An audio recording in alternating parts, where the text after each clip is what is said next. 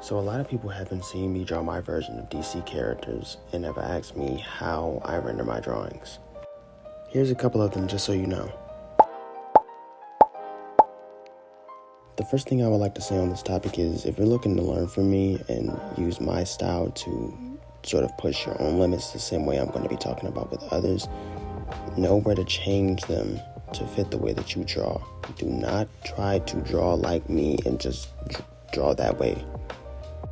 Learn to personalize it, take things that you like and remove the things that you don't, and just draw that way and do whatever works for you. The first step and where I feel like all art styles come from is the things that you're inspired by.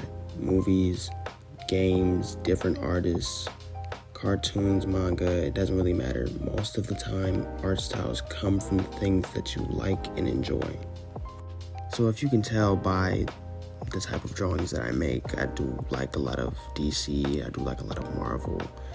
I mainly draw a lot of comics, but where most of my inspiration does come from is Japanese media. Here are a couple of the inspirations from my art that I can name for you. The Legend of Zelda Ocarina of Time by Akira Himekawa, Twilight Princess by him as well, Masashi Kishimoto's Naruto, and Street Fighter 4. Sometimes you'll make certain connections afterwards and realize you draw a certain thing a certain way because of another person or another artist. Looking more into the process, I do want to say that I do not like drawing line art, and that is one of the things that I tend to not do when it comes to my art. I usually just sketch and then just leave it there, and here are a couple of my sketches just so you can see.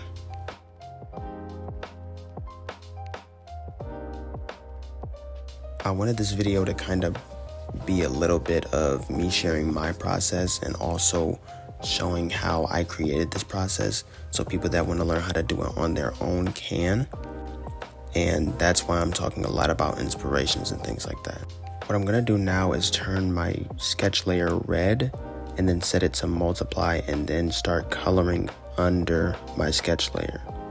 When I pick my colors, I'm not going to lie, I usually just tend to eyeball it.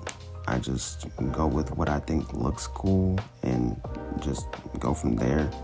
So right now you're seeing me just place a random red and a random blue and then just applying whatever values I want and putting them on there. When it came to this drawing, the design was already kind of picked out for me. This is more of a remix, so I just, for the most part, was referencing Jesse Quick's design featuring the blue jacket. So the colors were already picked out for me. Right now, as you're seeing on screen, I'm about to start overpainting. So before we get into that, here's what the layer set is going to be looking like right now. It's going to be looking like your sketch layer, your overpaints, and your underpaints. The brush that I mainly use for rendering is from my own brush pack. It's just a regular paintbrush that I made, but it usually does a lot of the sketching and a lot of the overpainting, but not the filling. When it comes to my process, I want to say about 75% of it is done in overpaints because the earlier values are already placed and I just color pick from those to sort of chip away at the things I don't want and sort of emphasize the things that I do want to keep in the drawing. Things like metal or like the texture of the suit. I like to work with a lot of shinier colors and I would prefer to keep things colorful. I know a lot of people are very versatile when it comes to the way that they color things. They can go dull, they can go colorful, but I just prefer to keep it colorful. It's just more fun for me to draw around. I would say my style is more of a soft cell shading where there's definitely a hardness to the colors, but they sort of blend in at times.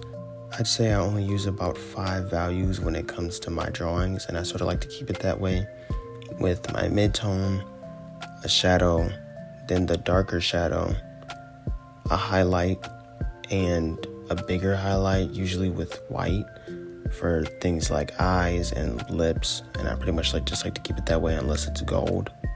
My drawing process feels more like sculpting in a way, where instead of drawing the thing, it's more about getting the shapes there and then chipping away at those shapes to create the values rather than drawing in those values under the layer.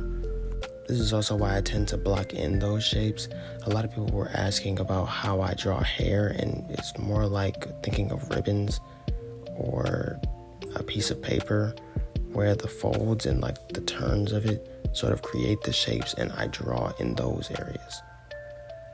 So even with the hair right now, you see that the shapes kind of go back into themselves, the way that when hair falls, it always just kind of returns to one shape, rather than how some beginner artists tend to draw every single strand of the hair. I like to just use the shapes to create the idea of the hair. Then there's things like the jacket, which follow the human body, which means I just get to work around the wrinkles and things like that where I need to, and not go overboard with the wrinkles, but instead see where the body fits in and where the wrinkles, and just kind of move in my own freedom. A lot of the time, it's really just seeing how it all goes together. I know I can't really explain it the best, but when you see the way that I'm doing it, you can kind of put what I'm saying together. We're coming up at the end of the video, so if you want to like, subscribe, do any of that fun stuff, then you can do that and just watch the rest of the time lapse.